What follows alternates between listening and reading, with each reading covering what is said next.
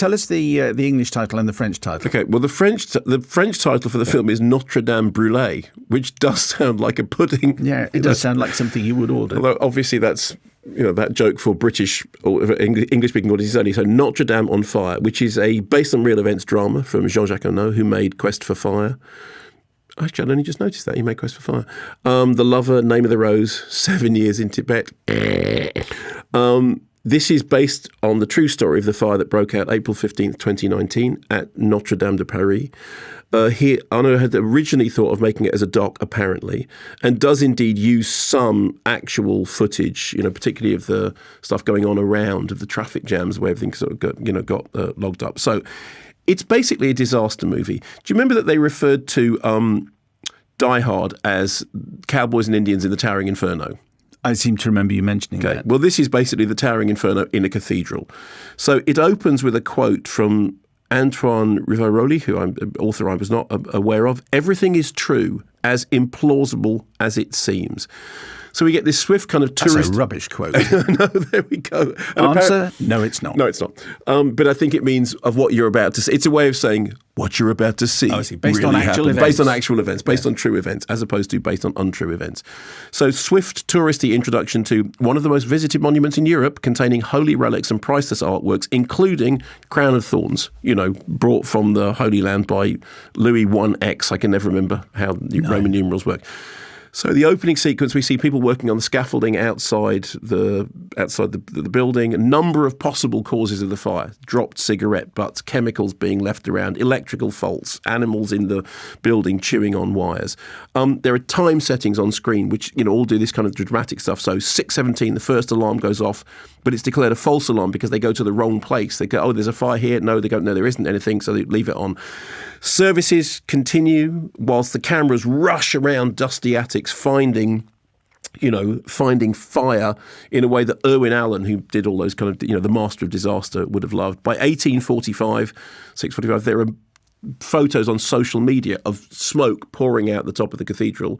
And there's a question, is this a joke? Because nobody believes anything they see on social media anyway. Somebody says, it can't be Notre Dame. Notre Dame can't burn. But as it does, film shifts into full crisis mode. There's everything you expect. There's the manager who's miles away and has to get there with some keys. There are the crowds who get in the way of the emergency services. There are the politicians who have to be kept at bay and kept out of the way. There's the structural architect who arrives and says, look, the stone will absorb water, so you need to stop putting water onto the stone, at which point he's told by one of the fire chiefs, you've got a choice. You want water or fire, because that is the choice. Then there are all these little melodramatic flourishes. A little kid who is taken out when the alarm goes off, who rushes back in to light a candle in the cathedral, which is already on fire. Thanks, kid. Yeah, something that the movie milks mercilessly. There are some very effective claustrophobic scenes of the firefighters in those tiny little stairwells and gargoyles spewing molten lead, which melts off the roof and spews down onto the floor. And then, as everybody knows, this is a matter of fairly recent history. The fire did not claim lives. So once it's clear that the people are safe, and all disaster movies, the peril has to be people's lives, it becomes about the artifacts. The cathedral can be rebuilt, not the relics. Save the Crown of Thorns. So that's what we get. We get first the attempt to save the artworks, then the attempt to save the Crown of Thorns. Then at one point there's a suicide mission to save the bell tower. But saving things isn't as easy as it seems, because it turns out not all the relics are exactly what they look like. Here is a clip for the benefit of our French-speaking listeners. Ah, mon père. Padre, aumônier. Regardez, on l'a trouvé. C'est pas la bonne. C'est un leurre, un facsimilé, un assemblage végétal évocateur. Pas la couronne d'épines, pas la vraie. Comment ça, pas la vraie? Je suis chevalier du Saint-Sépulcre. Je l'ai tenue tous les ans dans ma main, la couronne.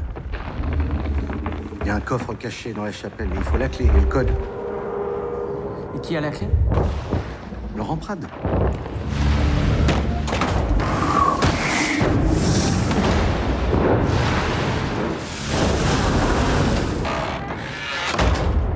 Arnaud throws everything and the kitchen sink to up the ante. There are special effects. There are split screens. He said at one point, I immediately felt the extraordinary cinematographic merits. Beyond the disaster in the Greek, there is precisely the emotion and the spectacle of the fire, and you get a lot of that. You also get Simon Franklin's score, which really, really does a lot of heavy lifting. It goes, this bit is holy, this bit is very tense, and there's going to be, you get an awful lot of that. The story is real. The film is absolutely pure melodrama, heroic things going on. I mean, it is extraordinary. I mean, I wouldn't want to be somebody who was fighting that fire. One weird note, there is a brief scene of Donald Trump tweeting, so horrible to watch the massive fire at Notre-Dame Cathedral in Paris. Perhaps flying water tankers could be used to put it out. Must act quickly. Thanks for your help. Yeah, incidentally, fire officials in Paris immediately said that helicopters were being used, but that dumping large quantities of water on the building would destroy the Gothic cathedral. So, yeah, well done. Jog on, Trump. Jog on, Trump. And I think that scene is specifically there just to make that point. Other than that, it is a disaster movie in which lives are not imperiled, but holy relics are. And it cranks that for all it's worth. And the little girl running back into the church to light the candle, you know she's coming back. Absolutely. Notre Dame on fire, Notre Dame brûlée. Brûlée. En français. Would you like ice cream with that, sir?